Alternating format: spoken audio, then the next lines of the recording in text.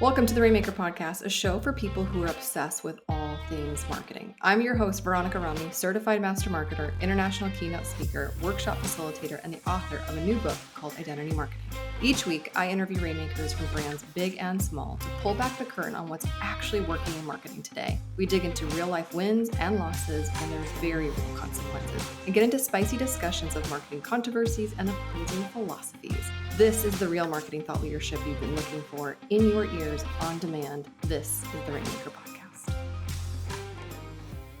If you've ever wondered whether or not you need a CMO, a fractional CMO, a consultant, or just like a marketing service provider agency, this is the podcast for you. I have the perfect guest to have this conversation with. His name is Joe Grover. He is the managing partner and CMO for Amplio, which is a business that helps place fractional CMOs, but he's also been a wildly successful in-house CMO for companies that have been in some of the most disruptive industries. I'm so excited. This was such a good meaty conversation about what you actually need at whatever stage that you feel like you're in. And so if you have been debating whether or not you need any one of these service levels of service provider, this is it for you. And if you're also contemplating your next move in your career, whether or not you want to be a full-time in-house leader or a fractional leader, this is also a really juicy conversation because we talk about the advantages and disadvantages from our perspectives, having done them all. So you're going to love this podcast episode. Please welcome my guest, Joe Grover. Joe, welcome to the podcast.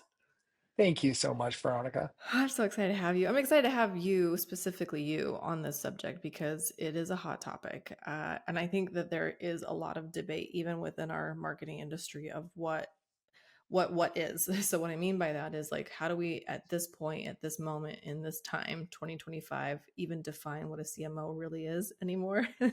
And then on top of that, what a fraction of a CMO is, and like who gets to have what and who should have what. And I think this is a conversation that I'm having. I have it with my friends internally, like behind closed doors, off camera. Like they're debating if they should go back in-house and just work with one brand, one partner, or they stay in the fractional pursuit, but there's pros and cons. No grass is greener really than the other. It's just a different type of grass. You, sir, have done all of the things. Check D, all of the above. You've been a CMO, wildly successful CMO, awarded, decorated. I was looking at your cred. And then you also now work for a company who does fractional CMO work. So here you are, perfect person to have this conversation. And have failed more times than I can count. So for all the things that don't matter, awards and other things, I've also made a lot of mistakes, and which hopefully makes me a better fractional CMO because other companies don't have to make those same mistakes. Yeah. Well, yeah, 100%. And if you're not failing, then you're not really trying hard enough, I think, at least as a marketer, because everything that we're doing is just one big hypothesis that we're testing one at a time. Because, every day. Exactly. Okay, so let's get into the fundamentals and the basics, because I know that your perspective on chief marketing officer and the role has evolved and changed. It's had to, certainly for myself. So how would you define what a chief marketing officer is as of this moment in May 2025? You know, it's interesting because I think that's well defined, but it has evolved a lot, especially with the surge and the popularity of fractional executives. Yes. I mean, this is basically said, this is the marketing executive that can really orchestrate the entire marketing strategy, right? From awareness to conversion. So they have a broad enough skill set and expertise and experience that they can help influence what work is being done, how that work is being done, and who's doing that work. So at the highest level, that they're trying to drive demand and drive growth. Yeah. Well, I like that. So from awareness to conversion, but then also I find that the role of the marketer is a reconversion aspect too, because it's like you have to convert the prospect who's never purchased. Sure. You have to maintain the relationship with the customer and kind of keep selling them. And then if they're no longer a customer, you have to win them back, win the business back. So that's a reconversion. So like marketing never sleeps. Yeah, I mean, it's a fair point. It's really marketing to, like you said, loyalty, advocacy, reconversion, right? Yeah. And so the breadth of what a CMO has to do today is so much different. I agree. And it used to be, I feel like maybe it was just me and I was naive, and almost 2 decades later it's changed. But like, I wanted to say that marketing's job was to go from $0 to $1. Yay, and we're done. And we like pass the baby on to somebody else to like raise. Mhm. like we're the 40 weeks, we're like the surrogate. And then but that's not true because how many times does marketing get a tap on the shoulder from customer land, from product land, from different Customer departments? success, account Yes, management, right? Customer yes, support. yes. I've had the conversation 3 or 4 times last year where they're like, "Hey, we should give customer support to marketing. Like, do you understand the customer the best?" And I'm like, "Is that a marketing function?" And Yeah, I think we influence it. We can yeah, influence the messaging and how we yeah. talk to our customers and that the customer experience. But in most companies of scale, I don't think marketing should own that. Well, yeah. Well, that's interesting because I've been looking at a lot of job descriptions out there in the marketplace, just like whether it's chief marketing officer, chief revenue officer, chief growth officer. Like, what am I missing? There's another one. Like, what really is there really a agreed upon answer in all of those role titles, or is it really just defined by the company that you work for in the industry and like the position and like the growth stage that they're in? Like, gosh, there's just so many ways to like write a job description for the same title in different spaces. I think there are some fundamental Okay. differences, right, between marketing and sales or marketing and even growth. Although in previous roles, I've always tried to like if marketing and sales all reported up to a single individual, I do Mm-hmm. think all of that is growth. And I know growth Mm-hmm. has like the way we define growth in marketing is very specific. It usually is growth marketing is performance marketing or paid media or Right. some of the more kind of digital aspects of like acquiring customers. And and that's fine, and I think that's true, but I always kind of took offense to the fact that like that's growth marketing but somehow brand marketing is not growth marketing Mm-hmm. because it like devalues the whole purpose of doing any marketing to begin with, which is to scale and grow our businesses, Mm. right? But I think there are fundamental differences. And when you look at a company that is a sales kind of driven business and it Right. starts with that sales conversation, then Right. marketing often becomes sales enablement. Right. We're creating cover and some brand awareness to make sure that sales motion is frictionless. If it's a marketing driven motion and there's not a sales team, e-commerce business, for example, right, then they're relying wholly on marketing Yeah. to drive that customer all the way to purchase and then to make sure they keep coming back for more. So Mm. I think they're different. I think that growth marketing, right, like chief growth officer, has meant different things, and Yeah. that's the probably the newest and most ambiguous of the terms that I'm seeing. Yeah. I've seen that one as well. That's a hot one right now. Is that type VP So or are you a chief chief of? growth officer, Veronica, or are you a chief marketing officer? I think I'm honestly maybe because like the last couple of years I've been so entrenched in the online space where sales and marketing are treated as one and the same. Like Yep. the burden on the sales page to carry both the persuasive marketing argument for the thing and then the actual effort to Mhm. close and convert on the same page or in the same two pages, that funnel. Yeah. So yes, I feel like in the last couple of years, it feels like marketing and sales seem to be synonymous. Where like when I came from Entrada and I came from my more corporate formal days, like marketing and sales were two different functions and they would Yep. often like fight, like brothers and sisters would in the Sure. sandbox. Not enough leads. Yeah. Lead quality is too Yeah. low. Conversion rate is too low. You don't Yeah. get do a good. Yeah, Yeah. constant. That constant healthy tension But between like, and my husband's in sales, so like literally I sleep with sales every night. And so like I understand what it is to be the marketer so and be the sales discipline at home. so you are proof that sales and marketing can get along. We can, 15 years later, we can still get along. That's Okay. amazing. So if there's still some ambiguity, a little bit around like, gosh, today's titles and things like that. Now let's add another one to the dynamic, which is this fractional being. What is it? Mhm. What does that actually mean? When you say fractional anything, fractional CMO versus what a private consultant versus a 1099, like what does it actually mean for you? Yeah. And and just to put a slightly finer point on this idea of growth marketing, it Yes. has been fascinating that I've met with hundreds of companies, Mhm. right? We have hundreds of clients, and they always are looking for a fractional CMO. Mhm. And then I've actually put fractional CMOs in companies, and Mhm. 3 to 6 months later, they're like, "Yeah, I'm not sure. Like, we're really driving the result we wanted to drive." And I don't think it was because it was the wrong consultant. I think it's because what they were really looking for is a fractional growth marketer. And what they were really looking for is more leads, more demand, more traffic and conversion on the website. And not every CMO, right, is the perfect fit for that because they're not always tactical enough. So the most in-demand resources that I had for the first 2 years of building this practice was this kind of growth marketing role. It's like fractional growth director or VP of growth marketing. And those individuals who may not have ever sat in the seat actually could provide a lot more value to small and medium businesses than your typical CMO who's managed big budgets and big teams. Yeah, So anyway, I totally. just wanted to share that perspective. And so what is the difference between fractional consultancies, Yeah, advisory please. services, and agencies? Because that's like on day one, I met with 40 different companies actually looking for a full-time role. And I was probably not ready to get back into full-time work after like building startups for like 12 Yeah. years. I was Maybe your nervous exhausted. system was like, Yeah, I was like yeah. raising money, raising like $250 million over like 10 years. I was like, maybe I just need to breathe. And so I met with these companies, and some of them were really well-funded venture-backed startups, and some were profitable and had been around for a while, all great businesses. But as I met with each one of those companies, and they were like, yeah, I think we're interested. I think we want you to be our CMO. I was like, I don't think you need a CMO. Ooh. Like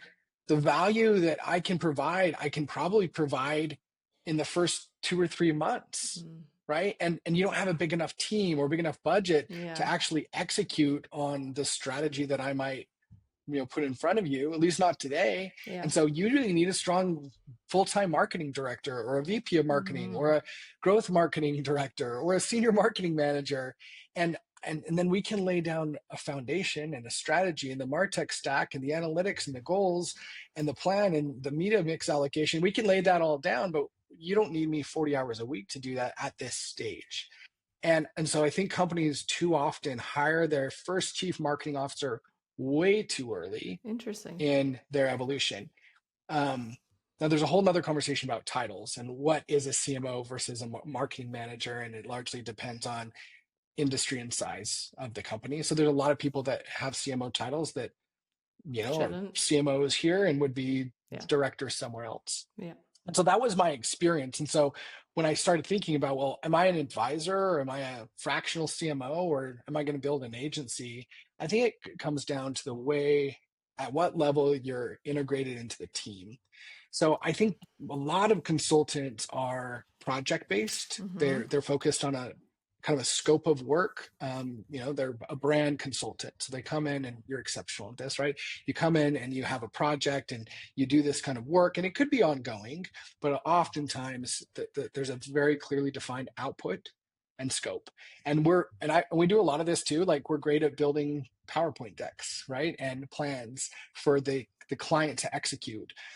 But most consultants aren't really in the execution game at all No, they're not. because they're expensive and because they don't have the time or capacity to do it. And they may actually not have the tactical skill set to do it. They know what to do, but they don't know how to do it. So I think a lot of us have hired amazing consultants who have created clarity for us, have created strategy and plans. But the rubber meets the road, especially in SMB and startups and kind of high growth companies. The rubber meets the road on how we're going to execute that. And so I think a fractional CMO, typically I like to think about that marketing leader with a broader scope, right? They are looking at the entire kind of growth engine of the business, and probably leaning in the areas that the company needs the most support or where the fractional has the most expertise. They're more integrated into the team. So as a fractional, I oftentimes can be a card-carrying member of the executive team. I might sit in the board meeting, in the executive meetings. So I'm not just providing marketing input. I'm also an executive and I have a seat at the table. Wow. And that might be 5 to 20 hours a week.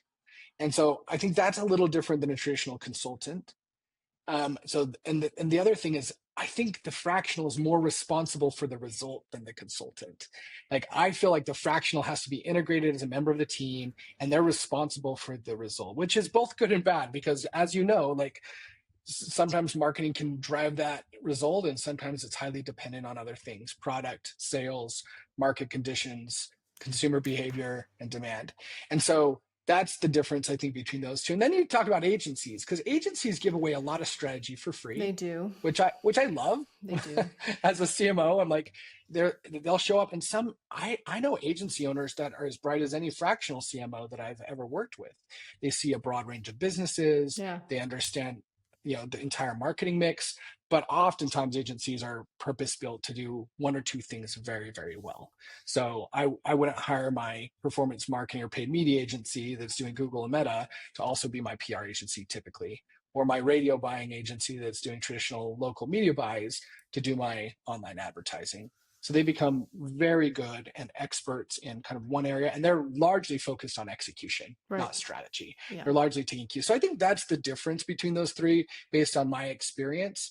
And here's the big insight though, like I don't think the future is about fractional CMOs at all. I think that that is surging today, but I think quickly these younger companies at least will recognize, hey, I needed a fractional CMO, but maybe what I really needed is more execution. And so I think it's all about fractional marketing teams. And the emergence of artificial intelligence alongside the gig economy, I think drives more and more people to fractional roles. I just don't think it's always at the senior level. And we already see this. Like we have Upwork and Fiverr, and we Sure. already see a massive freelance economy, but they just don't call themselves fractional team members. So it's really just a naming convention. But a company that can kind of stitch together some really sound strategy, the experience and the know-how to build the plan, and some of that execution layer in a more integrated way, I think that can be a really viable solution where you can have a whole marketing team that's fractional.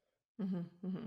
Oh gosh. Okay. So I've got a little, my brain's going really fast because I, like you, not at your level, holy crap, but like I feel like I've sat in all of these seats in different stages or different pit stops of my career. Like I worked at two agencies back to back before having my Mm-hmm. own with my husband. Mm-hmm. I have been a fractional Mm-hmm. leadership capacity. I've also been in-house having a fractional CMO that the company hired that I was like, okay. And then Yeah. I've been a consultant where I've come on scene, fast and furious in a 2-day experience. I'm like, here's everything you need to do. Peace. And then in Yeah. 6 months from now, like, what happened? It was so beautiful. What'd you do? Nothing. You did nothing. So like I've seen all these things from different angles and they all have their pros and cons. Like I could literally go down the list and like Yeah. pros and cons. So let's play a game of the pros and cons of each of those things because it's not that the grass is greener, it's just different grass. And like I really would love somebody who's listening to this episode to be like, I'm really glad that they were blunt honest about what it is to have this provider or this level of provider and then to try to find what's the best solution for them at their stage. So like let's go from like the bottom to the top, I guess. Like when do you pull in an agency? When is it really invaluable to have these external execution oriented service providers and also the pros and cons? I can start because I had an agency. Yeah.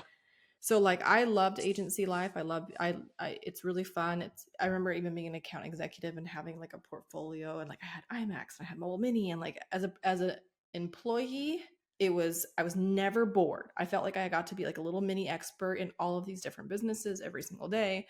It was super diverse, super fun. It was like one of the best experiences I've ever had in my marketing come up was having the exposure of agency life and working inside an Mm-hmm. agency. However, because we are at the bottom of the totem pole, because we're the bottom of the funnel, we're the execution arm. If there was a disarray and a confusion at the top of what they were doing strategy wise, or they would change their strategy week to week, then we had no say. We couldn't push back because we were just the execution piece.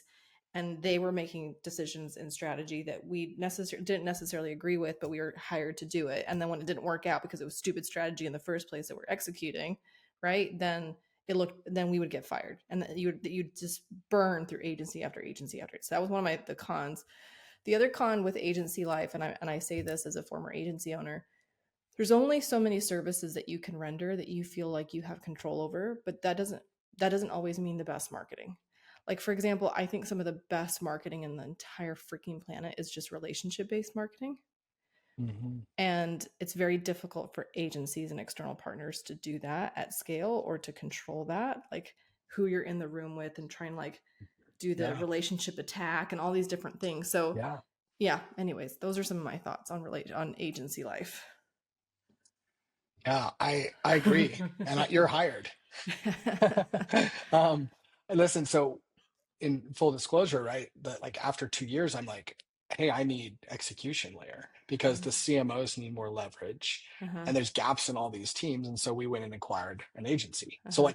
like I said, I never would build an agency. And then Mm-hmm. here I am, You bought like, one. and now I have an agency. And so we've got 15 fractional CMOs, we got 25 W2 employees. And what I realized is all of a sudden is like all these ideas were coming to fruition much, much faster. Mm-hmm. And I had more influence and control over the execution with fractional marketing team that's doing execution than I might with an in-house person or a third-party agency. And the cost was much different than at least a larger agency that has layers of account management. Mm-hmm. So it's like as a fractional CMO, I can talk to a creative director and build brand and collateral, right? Versus talking to an account manager or an agency, and then they're maybe offshoring or sending that out to design, and then it's coming back. So I just felt like I can move faster. Mm-hmm. So I like the agency for any type of like specific channel execution when you don't have someone in house. So it Yeah. becomes really, really clear. Yeah. Your fractional CMO shouldn't buy your Google ads. They shouldn't buy your Meta ads. They shouldn't be doing your design. They shouldn't be writing your press release. Yep. So if you're having them do that, then either they're not a CMO or you're paying them too much. Sure. 100%. Full stop. Full stop.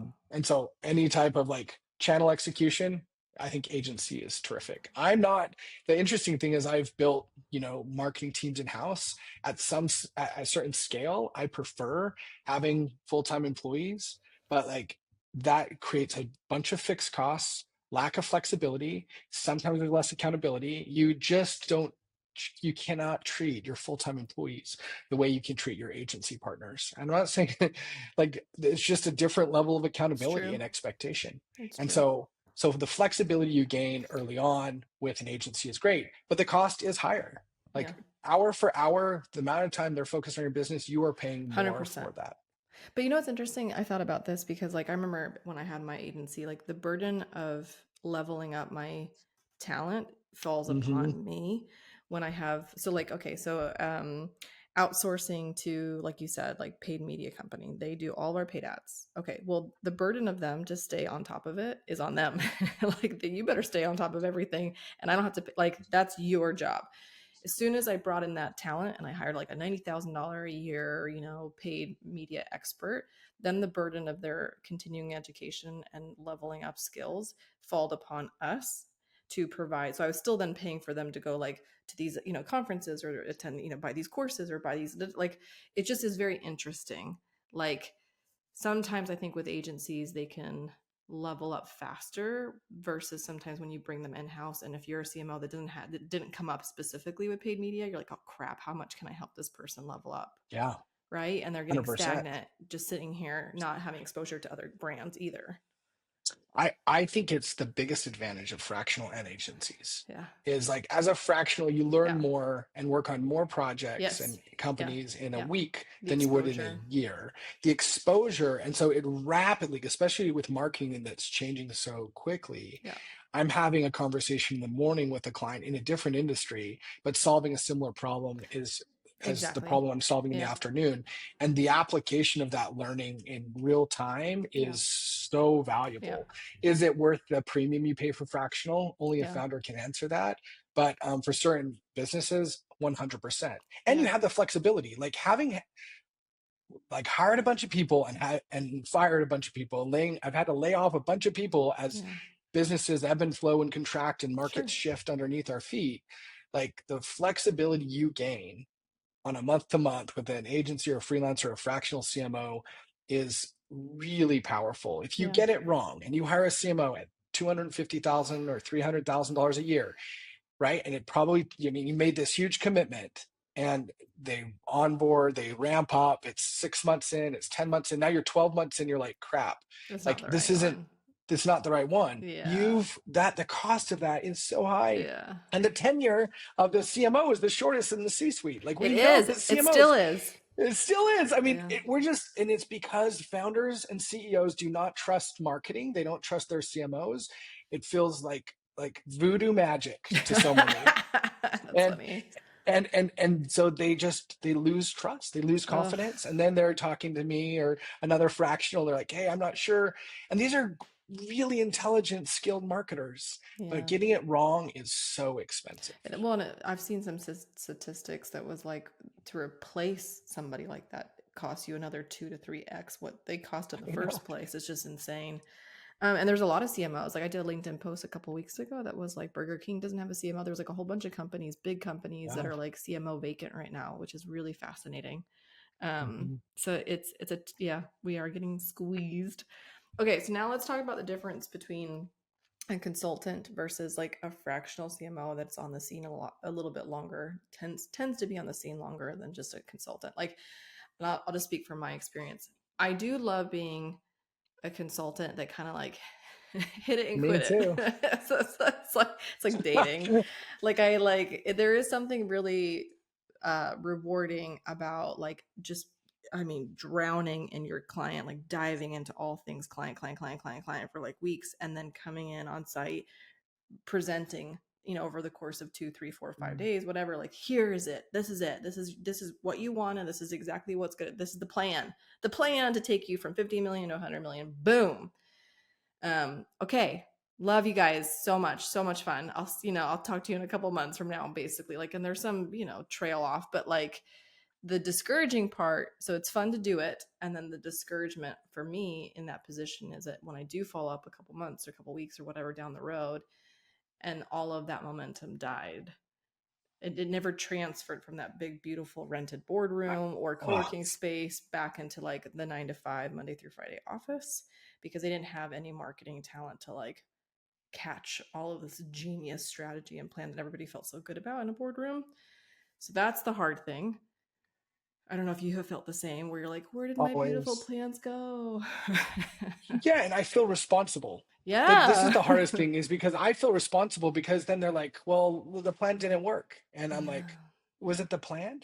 Yeah. Or what? And this is back to my original point. Yeah. Was the plan or was it the execution? And Yeah. so like, even though I love a well-defined marketing strategy Mm-hmm. and really detailed marketing plan, like usually where younger companies Mm-hmm. stumble Mm-hmm. is they have to now take that and Mm-hmm. resource for it Mm-hmm. and Mm-hmm. determine. And so Mm-hmm. do they have to hire the right Mm-hmm. people, whether that's in-house or Mm-hmm. freelance or Mm-hmm. outsourced? Yeah. They have to ensure that those goals are set and they know what to monitor, what KPIs to check in on. They All that. they have to lead. Like, this isn't Yeah. the other fundamental thing that's so interesting, is like consultants, even though they can be exceptional leaders, they're not tasked with leading. and 100%. They and, shouldn't and be. like fractional CMOs, I think the best ones have to do some measure of leading, Okay. mentoring and leading. And Okay. like when it, as a you're a CMO, a fractional CMO, and like you're in the room with the executive team and you're thinking about the trajectory of the business and making strategic decisions, and even if they don't directly report to you, Uh-huh. you're like, you have relationships with Yeah. that marketing team, the Yeah. directors and the managers, and you're mentoring them and leading them, right? So they see the vision, so they understand how to execute at a higher level, so they understand how to measure their own performance and the performance of their team, and you're building culture. Then you're a real chief marketing officer, Yeah. because that's what I think, that I so often agree. these companies are asking for growth, but then you're like, oh, this is not like a product problem. It's actually may not even be a marketing problem. This is a people problem. Leadership. It's a culture Yes. problem. Yes. Agreed. Oh my gosh. 100%. Okay, but so that's this. All right. So then let's go to the fraction. So I love the concept of fractional CMOs. Like especially for a company who's not ready to take a full-time CMO on their P&L. Like I totally understand, and they are invaluable that you can have like a Joe for like a couple hours a week. That's like insane. Like that's insane. I could never afford Joe if otherwise. Like that's Yeah, amazing. yes, you could. But here's the problem with Joe, and the problem with Veronica when I used to do stuff like this is that I get overly attached. I love that. I'm an extremely team centric person. I love being a mother hen. Give me all your chicks. I'll sit on all of them in an HR appropriately way. Like I love the mentorship, but I can't give you 40-hour weeks. I can't mentor and lead for 40 hours a week because I have other clients because I'm a fractional. So like that was where I would really like, that's where it would hurt me. There would be weeks where like some chicks in one nest would need more of me, and I wasn't available to them because other I hate chicks in it. another nest. That's the hardest part about the fractional to me. And I know it's not the case for everybody because not everybody loves team management and people. I just do. And that's the hardest part when I was fractional, is just the team. The Well, truth be teams. told, yeah, if you talk to my clients, they probably would tell you the same thing. And I'm this is here's a hot take. Joe's not a very good fractional CMO. No, I think like the reality is I struggle with that same Yeah, thing. it's And so I'm hard. doing less and less client management in my role and more like making sure the right consultants and team members are Yeah. in the companies. But I still find myself saying yes a lot in a desire to help and a Yeah. desire to serve. I just do have this like soft spot in my heart for founders that are mission driven, that are Totally. solving big problems. And I see where I can help. And I have a hard time not wanting to just jump in and help. I know. And there's great satisfaction that comes with helping a company realize their potential or helping a founder or a leader realize their potential. And I do love that, Mm-hmm. but you can't do that at scale. And so then you just end up spreading yourself so thin, Mm-hmm. and you feel like you're not giving your all, and you know you can make a bigger impact if you just had another hour or 5 or 10. Yeah. So pretty soon you find yourself as a fractional CMO with 4 or 5 clients, which Yep. is actually unsustainable. Our consultants are never on more than 3 to 4 Oh, that's good. because That's I good. just don't think you can get deep Yeah. enough in a client as a fractional lease. As an advisor, as a CMO advisor, that's different, but you can't get deep enough and spend enough time and enough focus to make the impact you need to. And so like 3 or 4 is kind of, you get maxed out, right? And invariably a couple of those fall off, and a couple you have long term, and then you're kind of doing some sales and BD. So as a solopreneur and a fractional CMO, like I know it's all the rage, but it's not that easy. It's not. And what I see is a lot more and more. But even some of our consultants will boomerang. They'll leave full-time work. They'll come in and do some fractional work. They think, yeah, I want freedom and autonomy and do my own thing. And they kind of get this feeling like, hey, there's not enough consistency, or they can't provide the value they want, or they just get recruited to their favorite client and Yeah. pretty much they're back into full-time again. And I've seen so many, especially in marketing, more in marketing than finance, I I agree. see this kind of boomerang. This is so good. This is so juicy. This is good. Okay. So basically, I think what we're saying is like, in order for you to assess what you really need, whether it's just more execution arms, agency, 1099, contractor, service providers, or it is the consultant that's like the hit it and quit it that comes in because you're just really, you cannot see it. Like you cannot read your label through the jar. You guys as a leadership team are freaking stuck. You need an outside perspective to help you like unblock the strategy, like create, writer's block, so to speak. And there are players on the scene that can do something with it. They just don't, like, nobody can agree on a strategy. Okay, cool, bring in the consultant that can like slap everybody around. And then there's the fractional arm that's like, we would like that mentorship. We need some leadership. We need some marketing culture that is not presently existent because it's such a product dominated space or product dominated business, and we really need to bring in that marketing to like complement the okay, I got it. I think for me what it comes down to is like, and I don't know how you guys do this when you're onboarding your clients, but like doing a very honest assessment of what's really missing to start with. Like, are we missing people? Are we missing strategy? Are we missing culture? Are we missing leadership? Like, what's really missing that then you can actually provide the better solution? Mm-hmm. Because I just remember I would say yes to all the consulting jobs and all the fractional. I'm like, yes, yes, yes, yes. And then I was like, what am I doing? Like I had the same realization that you did, where I was like, you don't need me. You don't need me at all. You shouldn't have somebody like me. But I didn't ask the appropriate questions to see what they had to begin with, to see if I could even complement it. So like when you guys are taking on a new client, are you like, how invasive are you with your questions? So, I mean, it's a great question. When we were first engaged, I just put a consultant in, they show up, Yeah. and they're like the fractional CMO. And I did this a ton. I'm like, just show up. I learned the business in the first, you know, 4 to 6 weeks, and then I'm like off to the races. And I thought, man, there has to be a better way. And so for 2 reasons, we've gone to this model. One is because it makes more sense for the client, because I don't know if the consultant that I'm going to bring in is the right fit just based on the resume. Like they meet 2 times and then they're hiring this. And the nice thing is they can swap them out. But like that match matters so much. And when I get it right, invariably they get hired full time at some point because they're like such a perfect match. And when I get it wrong, it's really painful for the client and painful for me, because then there's someone else in there having to learn the business. And so now we just follow this ACE model, which is assess, create, and execute. And assess is like exactly what you're talking about. We just have a methodology where we come in to learn the business quickly, right? And so we come in and it's not just the CMO. Like, we bring all our functional experts to bear, like UX and UI. We're people looking at email and nurture, lifecycle. We have people looking at creative and brand and messaging and positioning. And like, so we just look at the entire kind of marketing picture, 360 view. And then we get really intelligent about the business. And then we come in and we have that session. We talk about it. What's right? What's wrong? How does this align with what you already know? What are we missing? And that gives us a basis to start building that plan collaboratively with the team. So it's assess, and then we create the strategy and plan, and that's all kind of the upfront for us. That's like the first 6 weeks of our work. And there's no commitment after that, because I just feel like you have to earn it every month. Like, I know there's CMOs that have long-term commitments, and my hat's off to anyone who can get an 18-month agreement signed with a client. But for me, with this, at least with the 5 to 50 million in revenue companies, even kind of sub 100, once we're done there, then the client has a really good feel for our capabilities, the people around the table. And here's the reality: is 95% of those will just say, great, now we want Courtney as our fractional CMO, right? Or we want Joe as our fractional CMO. And those turn into the execute, which is that oversight of the execution of the plan.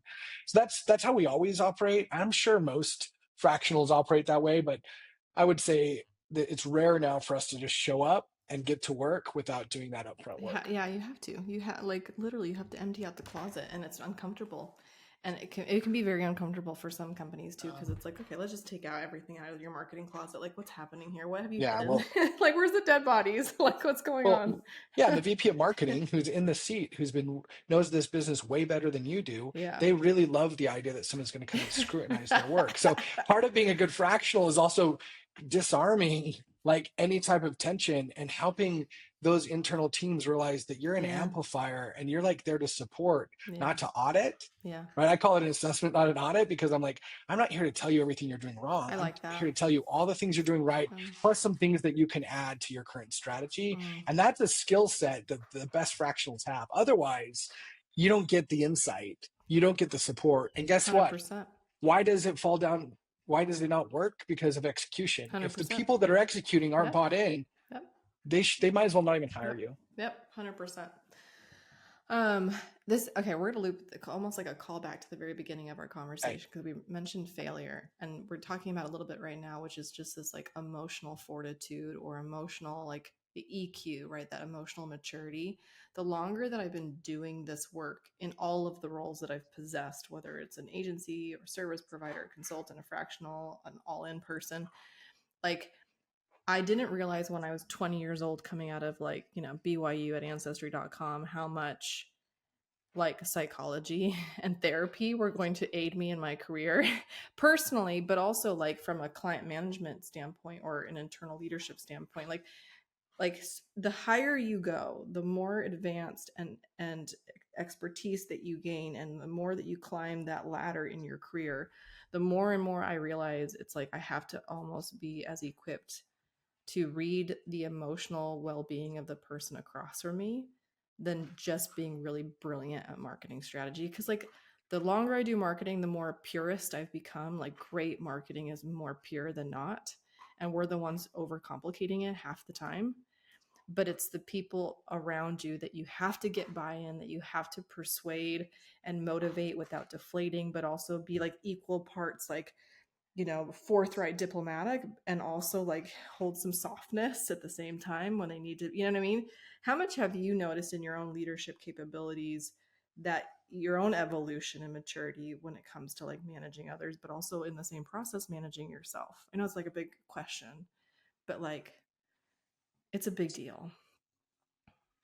Yeah, I don't get hired to be a leadership coach. But and yeah, there's a but. It's coming. But I found myself in the office of many, many, many founders. In fact, I found myself on a Zoom call with a founder that was grappling with problems much, much bigger than marketing. Yeah. I found myself in an office just yesterday, right? In the office of a head of marketing who is dealing with things that are absolutely impacting his performance, Uh-huh. that are completely unrelated to the market or the product or Uh-huh. the marketing mix. Uh-huh. And those are moments where I realized that all execution, right, is done by humans Yep. that are learning and growing, Yep. that are struggling, Yep. that are failing, that want to get better but don't know how, or don't know they need to get better but need some tough feedback. And I do think that any type of fractional leader, like, or coach, that can really understand, like you said, marketing is so much about human psychology, but leadership is all about human behavior and psychology, and 100. building rapport and building Yeah. trust and listening Yeah. and asking questions and guiding people on their journey of discovery. And so I don't think that's why people hire me, but I hope at the end of all of this, Veronica, that someone will say, "Hey, Joe he built some great marketing plans and strategies." Or Amplio, they grew our business by 30% last year. But what I really hope is that there's founders and marketers alike that say the impact was more about how I thought about the world and myself and the growth that I saw, and I was able to, like, maybe overcome some of the barriers to leading more empathetically Yeah. or executing more Yeah. product efficiently. Like, Yeah. so I don't know, that's kind of a soft woo answer, Yeah. but like I genuinely believe it. Like, because this is people, Yeah. and people matter more than profit. Yeah. No, 100%. This is, it's so funny to me. It's like when I was young and bright-eyed and bushy-tailed coming up in my marketing career, I wanted to be one of those like world famous like marketers who did like, they were the brains behind this crazy campaign that won all these Mhm. awards. Like I think that's what you kind of like strive for. You like have on your Yeah. kind of like, I don't know, like vision board. And then now, and I have you read the book Trillion Dollar Coach about Bill Campbell by chance? No. Okay, I feel like you would love this book. It's a book written about a man after he passed away. So talk about legacy, but it was a book in like homage to this individual who is like this behind the scenes like coach to Steve Jobs and the founders of Google, and he would do walks with them around the neighborhood and stuff like that. And he's a former sports coach, but like they call him the trillion dollar coach because he was obviously a coach of these trillion-dollar businesses. Um, and I'm like, man, what a testament. What you want to talk about legacy? Legacy wasn't defined by his marketing prowess or his 30% year over year growth and all that crap. It was, they wrote a book to him because whoever was in his presence and his companionship and his accompaniment was a better person because of him. And I'm like, that's the legacy that I want. Like, I don't, 20 years from now, 30 years from now, the people that had a chance to work with me in close proximity, they would reflect and tell other people, like, yeah, I'm a better person because I worked with Veronica for those 5 years. Oh, I hope so. This week I was sitting around with 8 former coworkers. We all kind of worked together at Homey, and some of those people I had to lay off in a downturn, and those were the most painful days of my entire career. And as we sat around, and I'm looking, and everyone's kind of giving updates, and a couple people running their own businesses now, and one person is running marketing. She started as an entry level marketer, had never done marketing before. Now she's the director of marketing at a major home builder, right? And we've got like VPs that are working for Yeah. like amazing tech companies. And like, to me, that was like the most satisfying Yeah. moment, is like, they're way smarter than I am, and they are finding success and happiness in their own careers and lives. And I'm like, well, maybe that was the biggest impact. Maybe it wasn't just trying to disrupt real estate. Yeah. Maybe it was those like 8 people or those 10 people, right? And Yeah. and if that's my impact and If legacy, that's the and legacy. no one else knows, then I will be happy, and I will retire a happy person. Uh-huh. That's how I feel. That's exactly. I carry the same sentiment that you do, which is why I think you'd love that book because it's like such a testament to that I'll read it. concept. Yeah, it's so good. We do this fun thing on the podcast where I've gotten to ask you all of my invasive questions that I just wanted you to answer. But you get to ask the last question of the show. So it's my turn to be in the hot seat. I love it. Um, what's your greatest and most valuable piece of advice to a marketer who is thinking about being a consultant or being a fractional CMO? Ooh. So I'm giving a piece of advice to somebody who's who, deciding whether or not that's the path for them. if they want to be this external entity, this consultant, fractional, outside voice that gets paid. Yes? Yep. Um,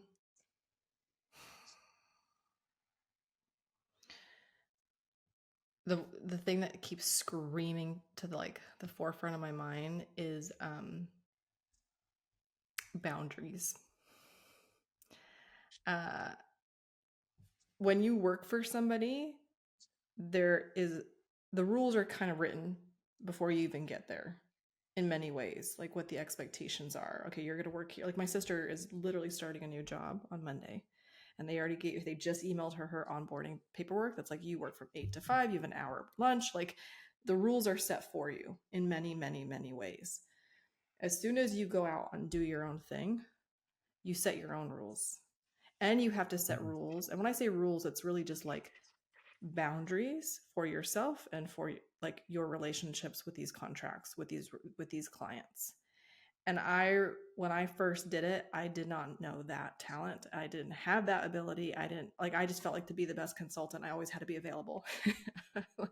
That's very poor advice. Like, you answering an email Friday night, Saturday, Sunday night is really poor advice. Do not do that, right? Like, have boundaries. You do not need to be on call 24/7. This is not the emergency room, right? Like, but these were things that I had to learn in very difficult, very painful ways, where I had client relationships that soured because I never managed them correctly from the beginning, and like set the tone on what my role was and what it wasn't.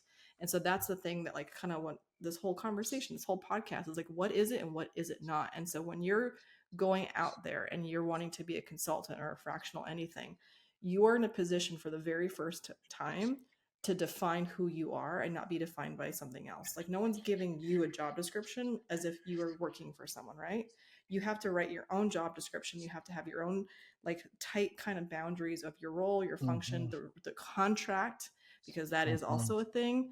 And if I could go back and like have more guts to protect myself and provide boundaries for the relationship I was entering, I would have had better relationships, better clients, but I didn't. Not like I do now, if that makes sense. I love that advice. And that's advice for me. Like, I've done a terrible job at that, and it's been at my own expense, Yeah, it is. Your own So well-being is what's at stake. great advice. You can be on the podcast any day, Veronica. Yes. You're a masterful podcast host, by the way. It's Thank been you. delightful.